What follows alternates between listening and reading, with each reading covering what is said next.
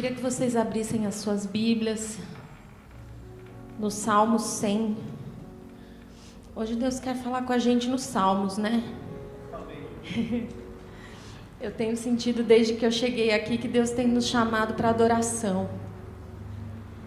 E a gente tem provado dessa adoração e a gente tem vivido em adoração e glórias ao Senhor por isso. Vocês acharam? Amém? Amém. Glória a Deus. Salmo 100, no versículo 5. Porque o Senhor é bom e a sua misericórdia dura para sempre, e de geração em geração a sua fidelidade. Eu queria começar falando com vocês nessa noite. Eu acho que o meu testemunho é muito longo, eu vou ter que dividir por partes.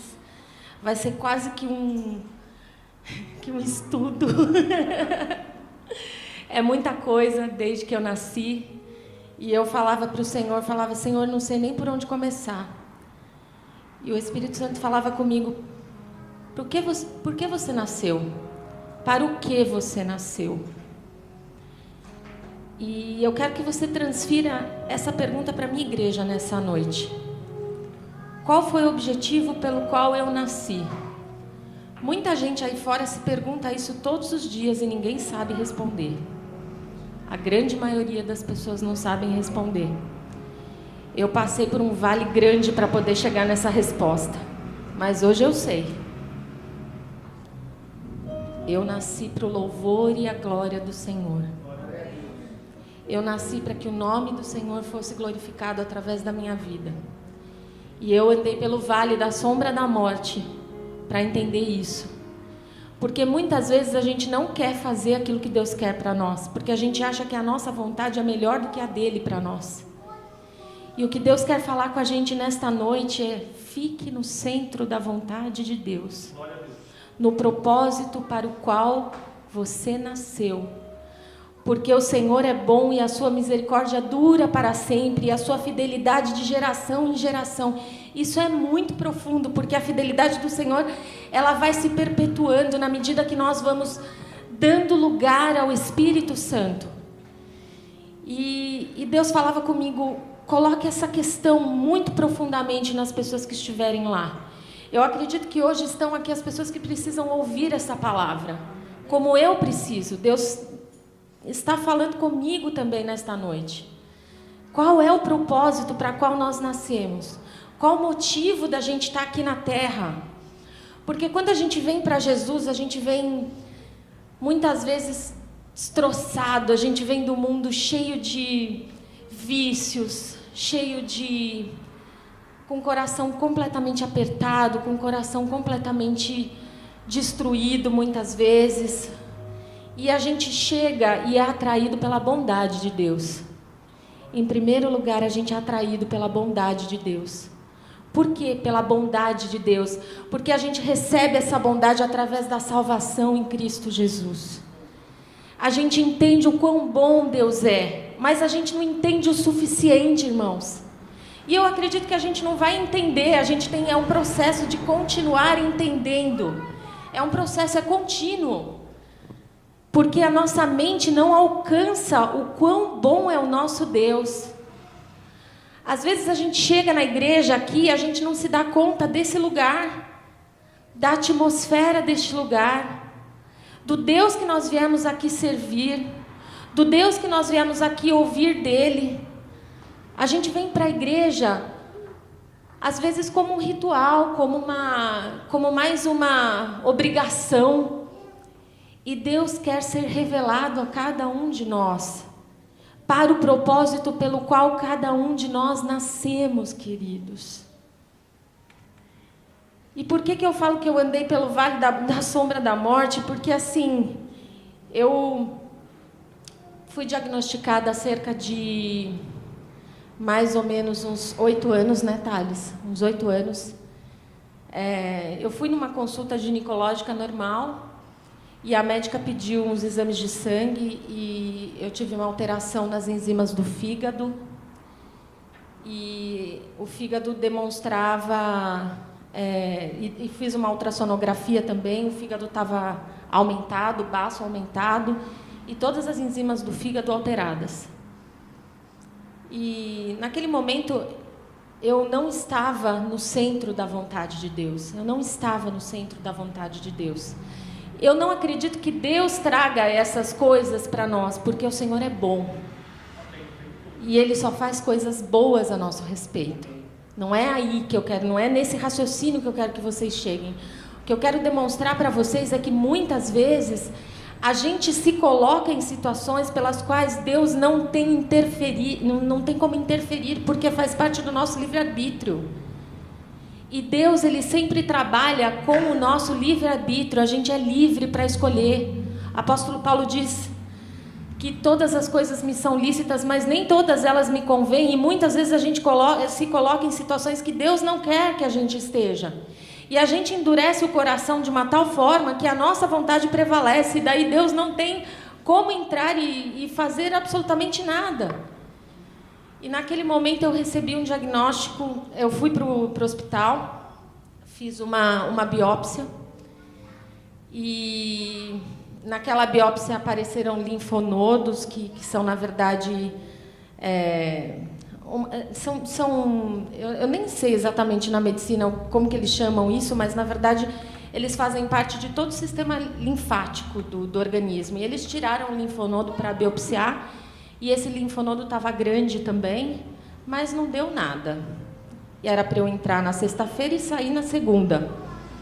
Entrei na sexta-feira e simplesmente no sábado, quando já era para estar num quadro de melhora, meu pulmão encheu a ponto de ir pela metade de água no pulmão.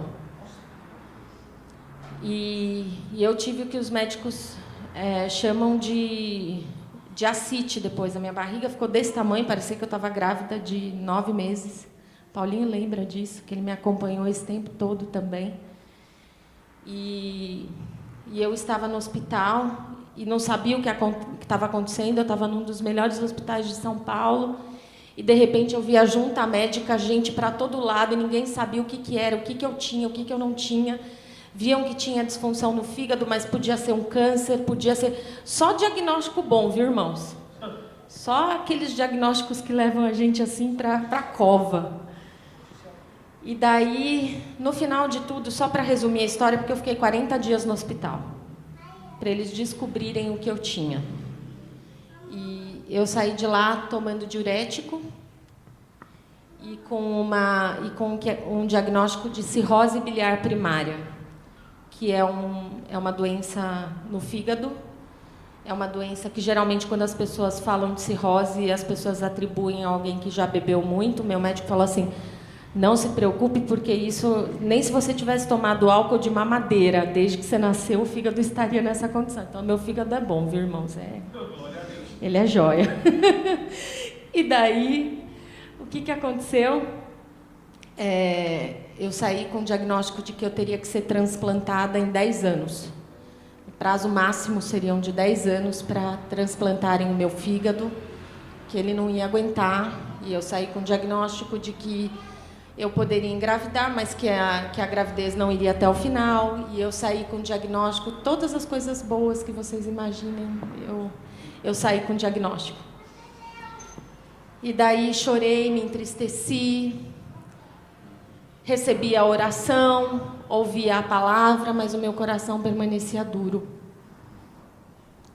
E alguns anos se passaram depois disso. Só para vocês saberem, faz 8 anos já que eu recebi esse diagnóstico. Eu tive a minha bebê, a Antonella, que está ali, linda. E o meu fígado eu trato normalmente, eu faço uso de medicação e etc., mas eu trato com remédio normal e até agora não tem dado nenhuma resposta. Eu tenho alguns perrengues, né, pastor Paulinho, pastora Paty, que me acompanham bastante, porque a minha imunidade é mais baixa, então, em tempo de frio, eu fico mais doente do que a maioria das pessoas. Eu passo por algumas situações de saúde mais sensíveis, mas eu quero dizer que até aqui o Senhor me ajudou. E que eu creio na minha cura. Eu creio na minha cura.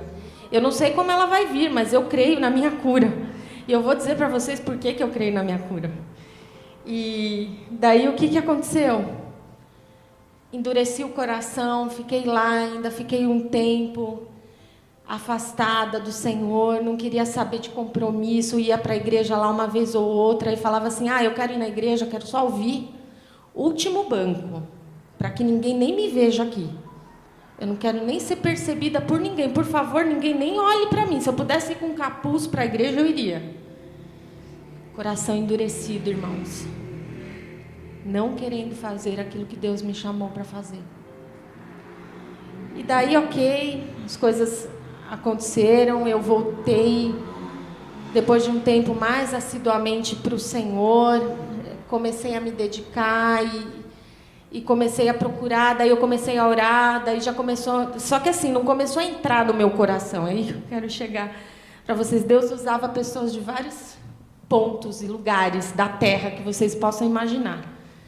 Profetas, pastores, gente de Deus para todo lado, porque quando Deus quer, Ele fala, irmãos. Amém. E cabe a nós obedecer.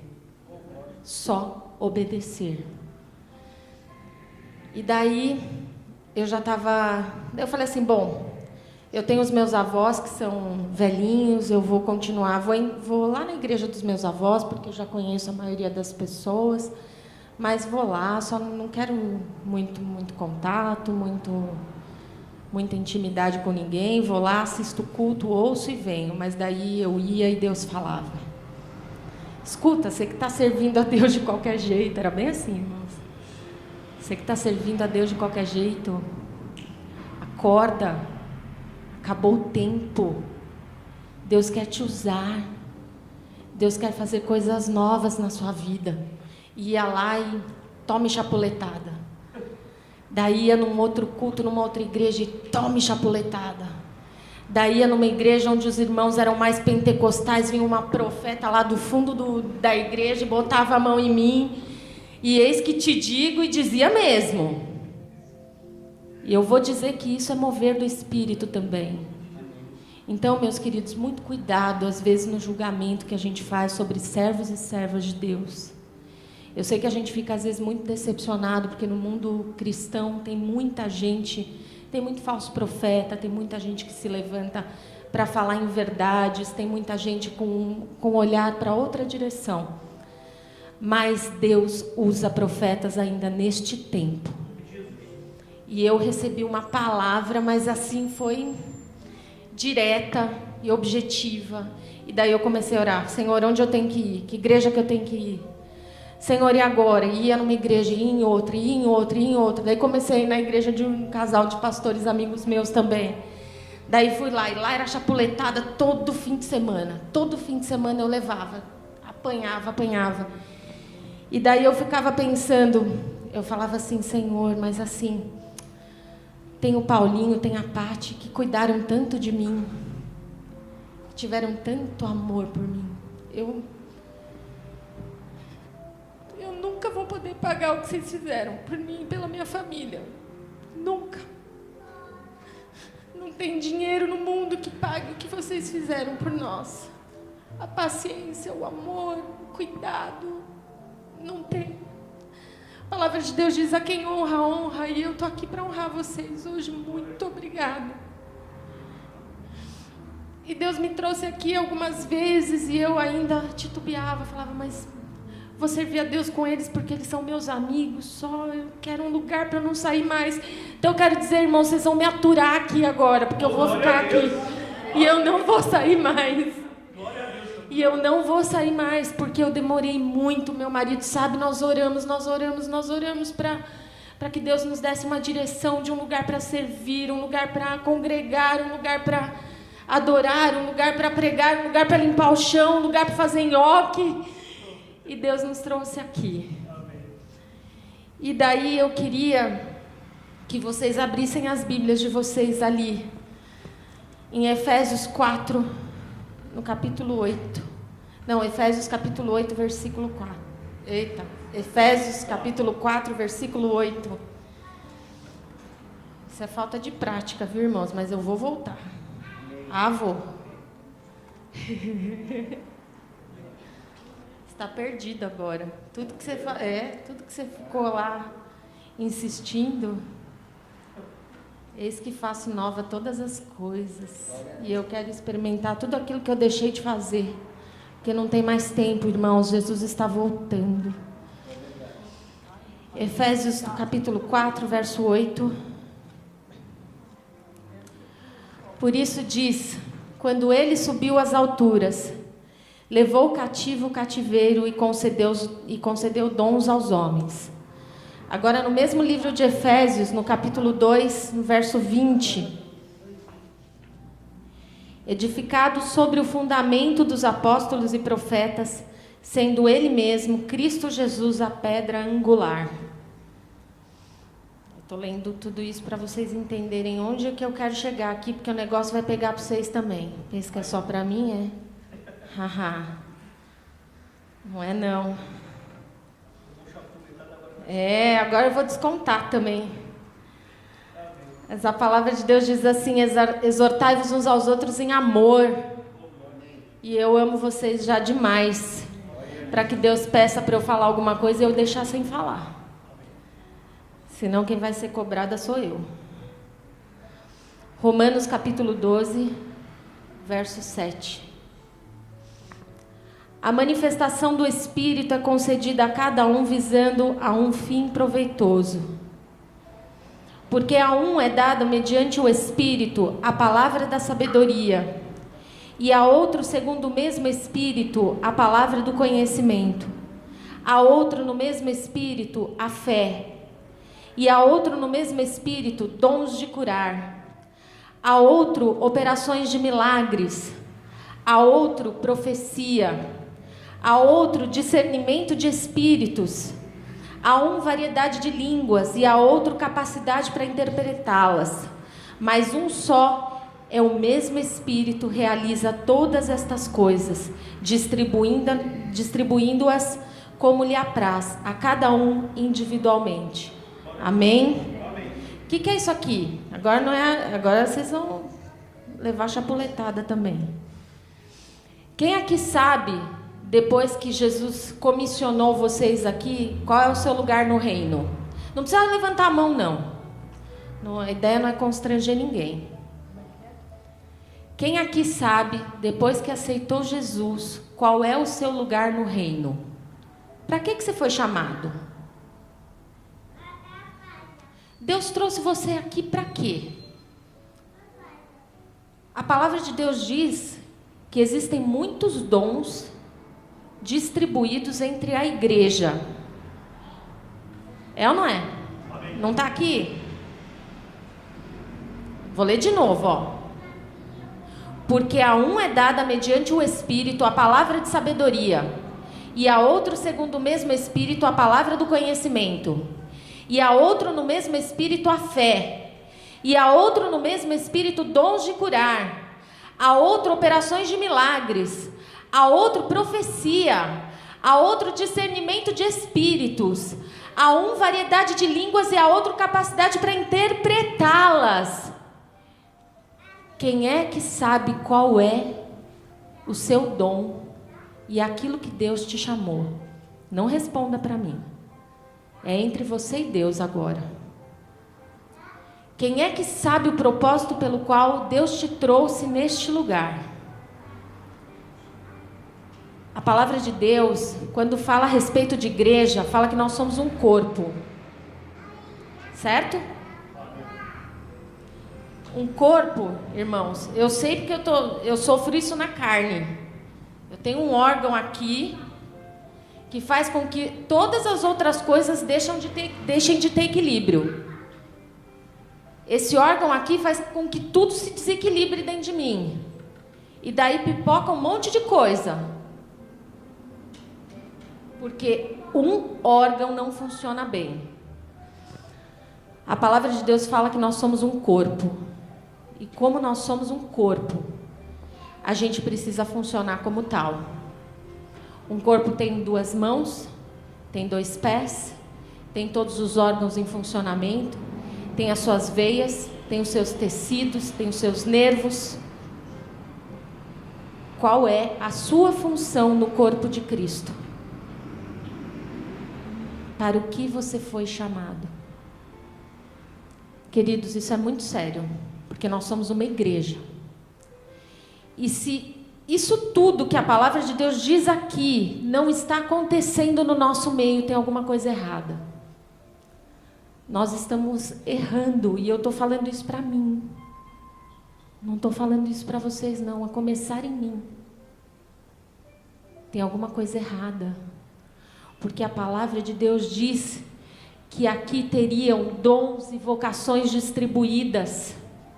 E um corpo operando, queridos, faz com que uma igreja vire uma locomotiva.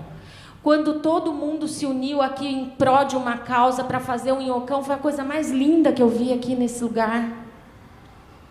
As pessoas aqui motivadas, as pessoas aqui todas aguerridas em prol de uma causa. E a causa de Cristo? E aquilo que Deus tem? E aquilo que Deus tem não, aquilo pelo qual você foi atraído quando você veio para o Evangelho. Quando você foi atraído pelo amor de Deus. E essa causa, como é que está aí? Como é que está aí? Posso falar o que eu acho que eu sei que eu não sei? Pode, Fernando. Para vencer batalhas de Deus com Deus. Amém. É isso aí, Fernando. Tem que glorificar o Senhor mesmo. Mas a gente precisa parar às vezes e fazer algumas reflexões, sabe? Qual é o meu lugar, o que eu tenho que fazer na igreja, eu vejo tantas coisas aqui que a gente pode fazer. Eu não sei ainda profundamente, viu, pastor? Me perdoa se eu estiver falando alguma bobagem, mas equipe de intercessão, gente aqui orando antes do culto. Eu vi hoje que tinha gente aqui orando, eu vi que de sexta-feira às vezes a gente tem alguém que se levante, que fale assim, não, eu quero capitanear esse negócio aqui, quero levantar minha mão aqui, reunir alguns irmãos que querem orar aqui, vamos orar pelo culto, vamos orar pelas palavras que vão ser ministradas aqui, vamos orar pelo louvor, sabe? Gente que se levante, que coloque a mão assim, eu quero, Senhor, eu quero te servir, sabe? Uma equipe de intercessão, gente atuando, presbítero na igreja, gente, eu vim de uma igreja quando eu era pequena, que era a coisa mais linda, tinha um corpo diaconal, de senhores e senhoras que iam, eu me lembro que eu ia com os meus avós, o culto começava às 7h30, às 4h da tarde a gente já estava lá no culto, quando não era mais cedo, né, Paulinho? E o pessoal levava cada chapuletada, gente, e eu vou dizer que a gente cresce, porque ninguém cresce quando as coisas estão tranquilinhas. A gente cresce quando a gente... Quem se lembra aqui do professor bonzinho? Ninguém lembra. Na escola, Maurício. Professor bonzinho é difícil a gente lembrar. E aquele cara que puxava a gente para a responsabilidade? Mas esse era o melhor. Esse era o melhor. Então, queridos, o que eu quero deixar a palavra aqui de hoje é que, como eu redescobri no Senhor, esse aqui é o meu lugar. Eu relutei muito para voltar para Ele, mas agora eu não saio mais. É isso aí, Fê, tamo junto. Eu não saio mais, gente, porque isso aqui tem que ser prioridade na minha vida, porque essa é a principal causa da minha vida. Essa é a principal causa da minha vida. Eu voltava um dia para casa com o Thales e falei assim, Thales, olha que legal hoje o que aconteceu, cara. Falei para ele, Thales, eu comecei a chorar. Eu falei, Thales, hoje eu louvei, eu orei para uma pessoa que estava enferma e eu servi ceia. Eu falei, cara, olha isso. E eu falei isso chorando para ele, porque essa é a minha plena felicidade. Foi para isso que Deus me chamou. E daí, queridos, quando a gente descobre que o centro da vontade de Deus é o melhor lugar, não porque os outros falam, mas porque você anda com Deus e você descobre isso. Eu, infelizmente, descobri isso da pior maneira possível. Eu quero dizer porque a última palavra que eu recebi de um profeta foi: a sua cura está no altar. Não adianta você fugir dele. A sua cura está no altar. E eu creio nessa palavra. Amém. E eu parei naquele dia de brigar com Deus. Eu falei: Senhor, eu só vou te obedecer. Então, meu querido, se nessa noite você não sabe qual o motivo principal da sua vida, você não sabe, depois que você veio para Jesus, o que de fato você foi chamado para fazer dentro da casa dele. Você não sabe um monte de outras coisas que Deus quer mostrar para você. Comece a perguntar para ele, porque eu vou dizer que ele responde. E comece a agir também, comece a levantar a mão. Pastor, o que tem aí para eu fazer? Eu tenho certeza que ele vai arrumar alguma coisa para fazer, porque ele gosta. Se tem uma coisa que ele gosta, é botar a gente para trabalhar. Graças a Deus por isso. Então, queridos, eu me lembro que quando eu ministrava para adolescentes, eu falava assim: galera, rodinha nos pés, patins espiritual. E eu quero dizer aqui que não importa a faixa etária, isso não é desculpa, porque Deus diz que os nossos velhos teriam sonhos. Eu quero ouvir de sonho aqui. Eu quero ouvir interpretação de sonho. Eu quero ver Deus mover esse lugar. Eu quero ver o Espírito Santo inundar esse lugar com a glória dele. Eu quero ver vidas transformadas, gente sendo curada. A gente tem o Espírito Santo, a gente tem a maior matéria-prima que a gente precisa. Não de nós, mas dele. Então, queridos, eu termino essa mensagem de hoje dizendo o seguinte: chamando vocês à responsabilidade de descobrirem qual é o seu papel no reino. Ok? Amém? Amém? Glória a Deus.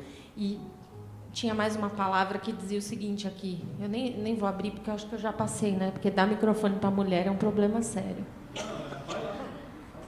A palavra de Deus diz que depois que a gente descobre, a gente tem que aperfeiçoar. Descobriu, aperfeiçoa. Aperfeiçoa. E aperfeiçoa. E aperfeiçoa. E hoje eu só estou aqui obedecendo, porque eu preciso aperfeiçoar, então vocês tenham misericórdia de mim, tá bom? Ok? E eu queria agora que vocês se colocassem em pé. E a gente vai fazer uma oração.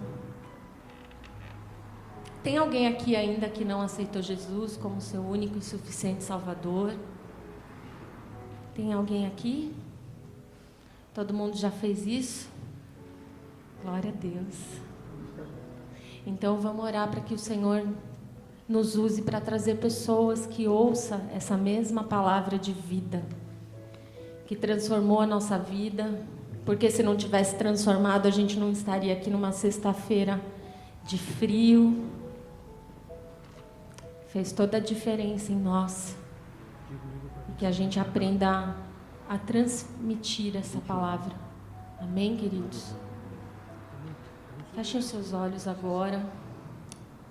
Senhor, nós queremos te louvar e te agradecer por este culto, Pai. Por esta palavra que é tua, que é viva e eficaz, que é mais penetrante, Senhor, do que espada, que faz divisão entre alma e espírito, juntas e medulas. Pai, eu te louvo e te agradeço pelas pessoas que estão aqui, Senhor, porque somos nós aqui que ouvimos esta palavra. Porque é a nós que o Senhor quer transformar, porque é a nós que o Senhor quer mudar, porque é a nós que o Senhor quer fazer, Pai, coisas novas e grandes que nós ainda não sabemos. Que os nossos corações estejam abertos a te ouvir, Senhor, e principalmente te obedecer. Espírito Santo, traz à luz, ó Deus, aquilo que ainda não está. Responde, Senhor, a oração dos teus servos nesta noite acerca daquilo que eles devem fazer na tua casa, no teu reino, para que o teu corpo, Senhor, comece a funcionar, Pai, de uma forma extraordinária neste lugar, nesta região. Senhor, eu te peço agora, Espírito Santo, que o Senhor venha, Pai, com força, com poder, com graça, com vento dos quatro cantos do mundo, Senhor, e faça um mover nesta igreja, Pai, a começar em nós, Senhor. Trabalha no nosso entendimento, trabalha, Senhor Jesus, na nossa vida, para que a gente aprenda, Senhor Deus, a te servir com excelência, Pai, para que a causa principal da nossa vida seja, Senhor, cada dia mais a tua, Senhor. Deus, em nome de Jesus, não nos permita, Pai, que a gente coloque qualquer outra coisa na frente, Senhor, mas que a tua obra seja estabelecida em nós, nas nossas casas, nas nossas famílias.